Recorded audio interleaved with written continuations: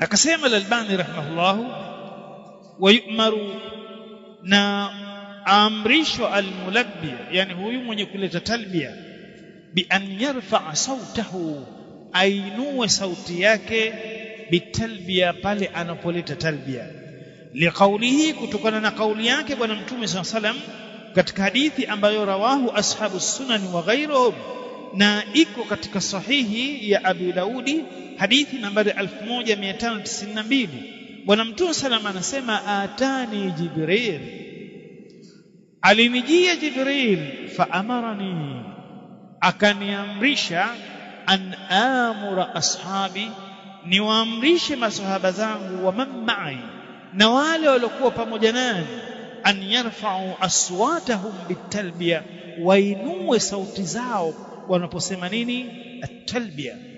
Na bwana mtume akasema katika hadithi nyingine ambayo ni hadithun hasanun, iko katika sahih al-jami' as-saghir, akasema afdhalul hajj al-ajj wath-thajj, hija iliyokuwa bora zaidi ni al-ajj wath-thajj. Maana al-ajj, al-ajj maana yake ni raf'u as-sawt bitalbiya, ni kuinua sauti pale mtu anapoleta talbiya.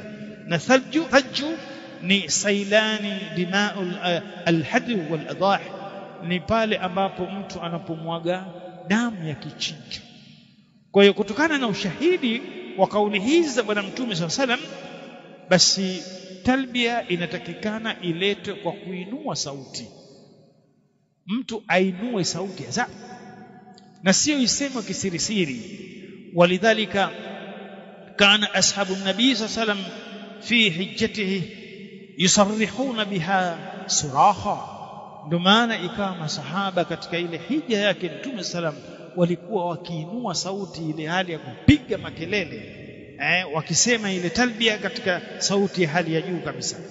Na vile vile katika hadithi nyingine inaonyesha ya kwamba sauti inainuliwa katika talbia, hadithi rawahu Muslim, na vile vile katika sahihi silsilati al-Albani anasema mtume sallallahu alaihi wasallam, kaanni anzuru ila Musa alayhi salam, mimi ni kama ninamuona Musa alayhi salam, habitan min ath-thanaya, akishuka chini, akiteremka katika thanaya, ni sehemu ambayo ilikuwa iko juu ya mlima, iko katikati baina mlima na mlima, min thaniyat, habithan min thaniya, walahu juarun ila Allah ta'ala bitalbiya, na yeye Musa alikuwa na juar. Maana juar yani raf'u sauti, akiinua sauti yake kwa Allah akileta talbiya. Kasema vile vile Albani katika kitabu chake wan-nisa'u fi at-talbiyati karrijali liumumi al-hadithain, anasema kwamba wanawake itabidi na wao wainue sauti kama wanaume. Kwa vipi? Kutokana na ushahidi wa hadithi mbili tulizoziona hapa as-sabiq. Kwa hiyo farfa'na aswatahum, watainua sauti zao, ma lam yukhshal fitna, maadamu haitochelewa fitina. Kivipi? Wanawake na wanaume katika hija wanakuwa katika hali hii,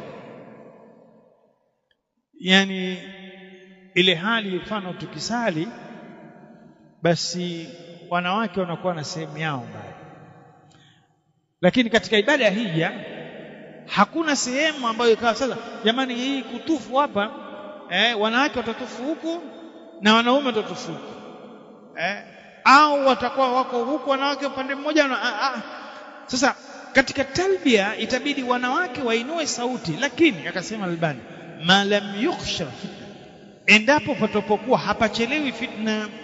Kivipi? Mwanamke sauti yake inajulikana ni sauti nyororo, sauti yenye kuvitia. Sasa akiinua sauti kubwa anaweza akawamahanisha wanaume.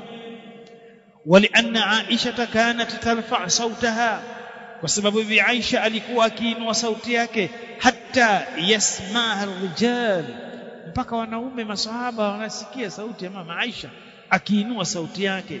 Faqala Abu Atiya, akasema Abu Atiya, sami'tu Aisha taqul, nilimsikia mama Aisha akisema, inni la a'lam kaifa kanat talbiyatu rasulillahi sallallahu alaihi wasallam, mimi ninaifahamu vipi ilikuwa talbia bwana mtume sallallahu alaihi wasallam. Thumma sami'taha, kisha akamsikia tulabbi ba'da dhalika, bibi Aisha akileta talbia baada ya hapo akisema kama vile labbaika allahumma labbaika mpaka mwisho.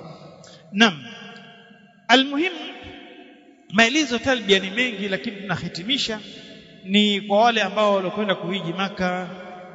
Talbia anaileta pale mtu anapoanza kuhirimia, lakini fa idha balagha alharam almakki, anapofika katika mji wa Makka, waraa buyuta Makka, na anaanza kuyaona majumba yale ya Makka, amsaka anit talbia, ajiziwie mtu sasa kuleta talbia. Wale hao kwenda kuhiji, nafikiri jambo hili itakuwa wanalifahamu kabisa.